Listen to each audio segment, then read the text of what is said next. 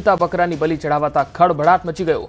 જીવરક્ષા foundation trust દ્વારા red પાડવામાં આવી 9 જીવતા પશુને બચાવી લેવાયા છે। ચૌહાણ પરિવાર દ્વારા નવરંગ માંડવાનું આયોજન હતું। દરોડા પાડતા આરોપીઓ ફરાર થઈ ગયા।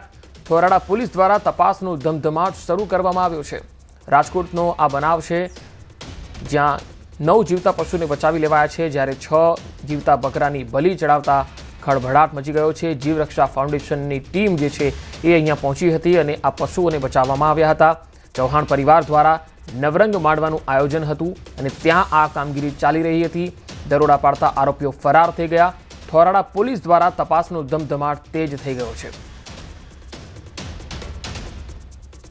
માતાજીનો માંડવો જે સવાર સુધી ચાલુ હતો અને જે જીવતા પશુની બલિ ચડાવવામાં આવી અને અમારે 10 મિનિટ પહેલાં જો અમે મોડા આવ્યા હોત તો ટોટલ જીવની બલિ ચડી જાત, પણ 6 જીવની ઓલરેડી બલિ ચડી ગઈ અને 9 જીવને સુરક્ષિત બચાવવામાં આવ્યા।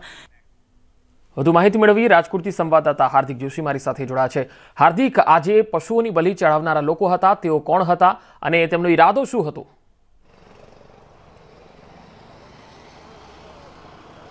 ચોક્કસથી આજે આપણે ઈરાદાની વાત કરી। એક બીમાર બાળક છે ને તેમને સાજો કરવા માટે જે છે તે પશુની બલિ ચડાવવામાં આવી હોવાના પણ ક્યાંક આક્ષેપ થઈ રહ્યા છે। રાજકોટ શહેરનો જે નેશનલ હાઈવે નજીક જે છે જે આવેલો આ વિસ્તાર છે, આજી ડેમ ચોકડી નજીક આવેલો આ વિસ્તાર છે અને જ્યાં જે છે આ પશુની બલિ ચડાવવામાં આવી છે। હાલ આપણી સાથે અહીંયા જીવદયા પ્રેમી લોકો છે કે જેમને ગઈકાલે રેડ પાડી હતી, આપણે એમની સાથે વાત કરીશું। શું કહેશો, એક બાળક બીમાર હતું અને એમના કારણે આ જે છે માંડવો યોજાણો હતો, શું? અમે જીવદયા પ્રેમી અમે રાત્રે 3 વાગે આવેલા હતા। 3 વાગે અમારા કેતનભાઈ સંઘવી અમારા પ્રમુખ છે, એમની બધા સાથે અમે ટીમમાં 12 જણા અમે સાથે હતા।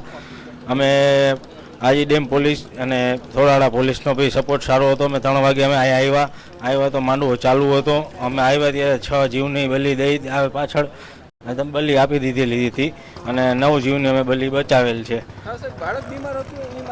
નહીં ભાઈ, એમ લોકો એ કહે છે કે બાળક બીમાર હતું એના માટે માનતા રાખેલી હતી, બાળક સાજું થઈ જાય એના માટે। પંકજ, આજે સૌથી મહત્વની બાબત એ છે કે જે બાળક બીમાર હતું અને એ સાજો કરવા માટે આજે માનતા રાખવામાં આવી હતી, એના માટે વિહત માતાજીનો નવરંગ માંડવો છે તે જે છે એ અહીંયા યોજાણો હતો। માંડવો જે જગ્યાએ યોજાણો હતો તેના આપણે દ્રશ્યો બતાવવા માંગીશ કે આ એ જ જગ્યા છે કે જ્યાં જે છે ગઈકાલે રાત્રિના સમયે જે એક બાજુ માતાજીની ભક્તિ થતી હતી, બીજી બાજુ નિર્દોષ પશુઓના ભોગ પણ લેવાતા હતા। 6 જેટલા પશુઓ છે કે જેમના જે છે તેમની બલિ ચડાવી દેવામાં આવી છે, જ્યારે અન્ય 9 જેટલા પશુ છે તેમને બચાવી લેવામાં આવ્યા છે। અહીંયા માતાજીનો જે છે માંડવો હતો, અહીંયા જે છે ગઈકાલે રાત્રે જે છે કેટલાક લોકો ધૂંઢતા પણ હોવાની વિગતો અહીંથી મળી રહી છે। માતાજીનું સ્થાપના પણ થતી હતી।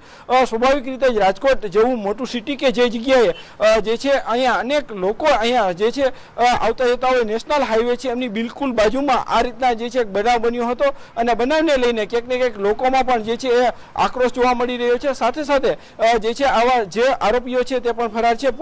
થોરાડા પોલીસ પણ તેમને જે ઝડપી પાડવા માટે તજવીજ હાથ ધરી છે। હાર્દિક, આ જે પરિવાર હતા તે કેટલા લોકો હતા અને થોરાડા પોલીસ હવે કામગીરી શું કરશે, કાર્યવાહી શું થશે?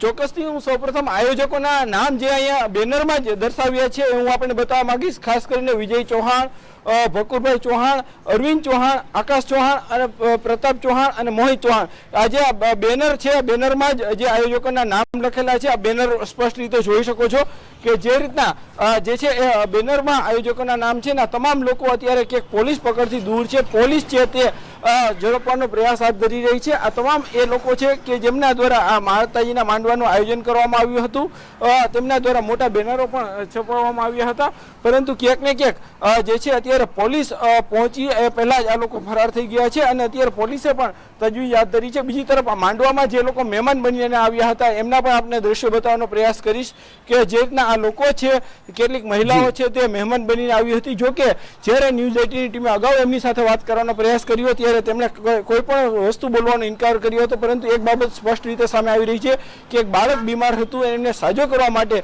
આ માનતા રાખી હોવાનો જીવદયા પ્રેમી લોકો છે તેઓ આક્ષેપ કરી રહ્યા છે।